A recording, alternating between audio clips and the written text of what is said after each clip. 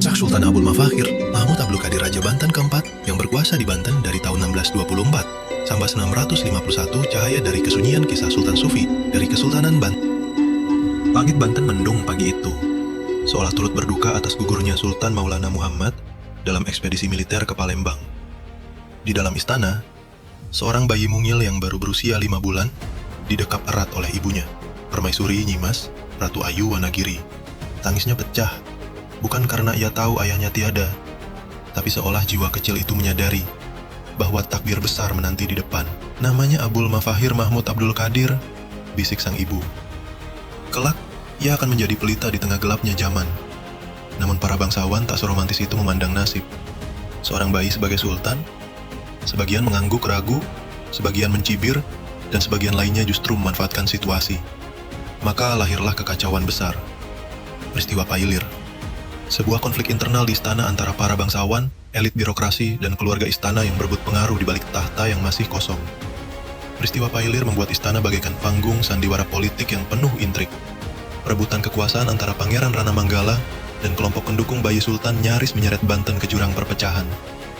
Perdagangan terguncang, rakyat kebingungan, dan kepercayaan terhadap istana melemah. Namun, di tengah kekacauan itu, Abul Mafahir kecil tumbuh dalam diam. Ia tak tumbuh di atas pangkuan kekuasaan, tapi dalam pelukan para guru dan ulama.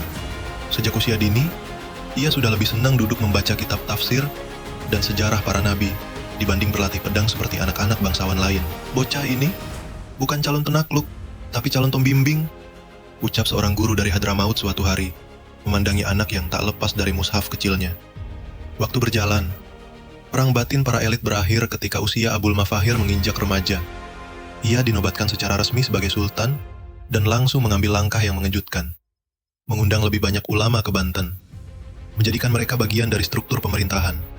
Salah satunya adalah Entol Kawista, tokoh keagamaan dari kalangan keluarga istana yang ia angkat sebagai kadi dan penasehat hukum Islam. Tapi Mahmud Abul Mafahir bukan raja biasa. Ia tak cukup puas hanya memegang keris dan duduk di tahta emas. Hatinya gelisah. Pikirannya melanglang lebih jauh dari batas geopolitik. Bagaimana menjadi raja yang adil di hadapan Tuhan? Itu pertanyaan yang tak henti bergema dalam jiwanya.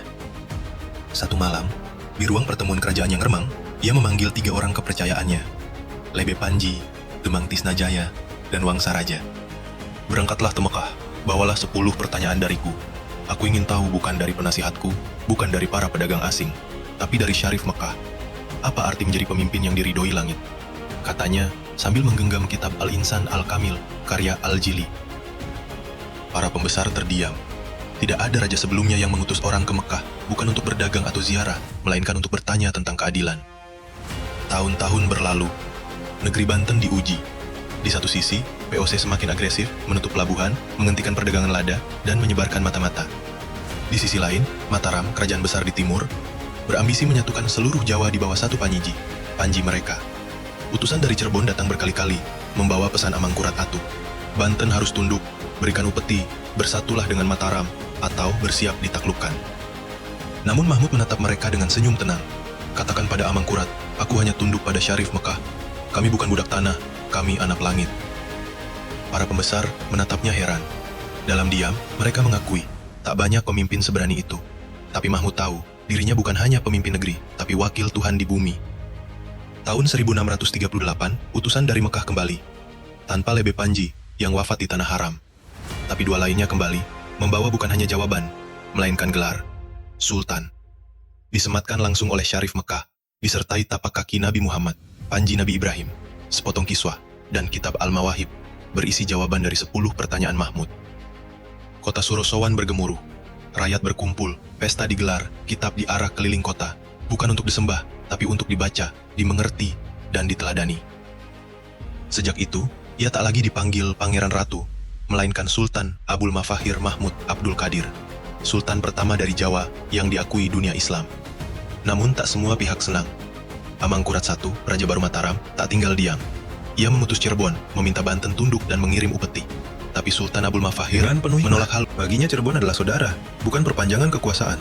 Penolakan berulang kali itu memuncak pada serangan. Cirebon mengirim pasukan yang dipimpin Pangeran Panjang Jiwa. Tapi pasukan Banten yang telah ditempa oleh visi spiritual sang sultan tidak hanya terlatih, tetapi juga ikhlas berjuang. Mereka menang. Peristiwa ini dikenal sebagai Pagerage, pertanda bahwa Banten tak bisa dibeli atau dikalahkan. Tahun-tahun berikutnya, Sultan Abdul Mafahir dikenal bukan sebagai penakluk wilayah, tetapi penakluk hati.